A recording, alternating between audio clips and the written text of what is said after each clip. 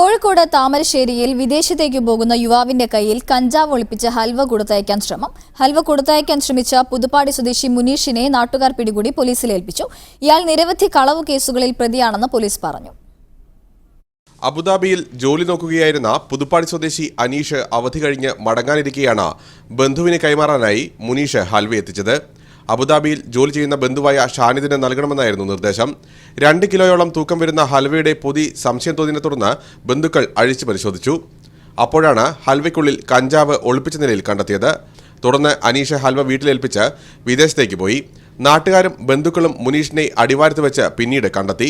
ഇവർ വിവരമറിയിച്ചതിനെ തുടർന്ന് പോലീസ് സ്ഥലത്തെത്തി ഇയാളെ കസ്റ്റഡിയിലെടുത്തു. ഒരാളെ ഒരു അലുവൻ്റെ പൊതി കൊണ്ടുപോകാണ്ടെന്ന് പറഞ്ഞ് കൊണ്ടുവന്ന് കഴിഞ്ഞപ്പോൾ ലഗേജിൽ കൊള്ളാണ്ടായപ്പോൾ നമ്മൾ ഇത് വീട്ടിൽ വെച്ച് നമ്മളത് പൊട്ടിച്ച് നോക്കിയപ്പോൾ അതിൻ്റെ ഉള്ളിൽ കഞ്ചാവ് ഉണ്ടായിരുന്നു. അനീഷിനെ കൊടുക്കാനുള്ള നീക്കമാണ് സംഭവത്തിന് പിന്നിലെന്ന് സംശയിക്കുന്നതായി ബന്ധുക്കൾ പറഞ്ഞു.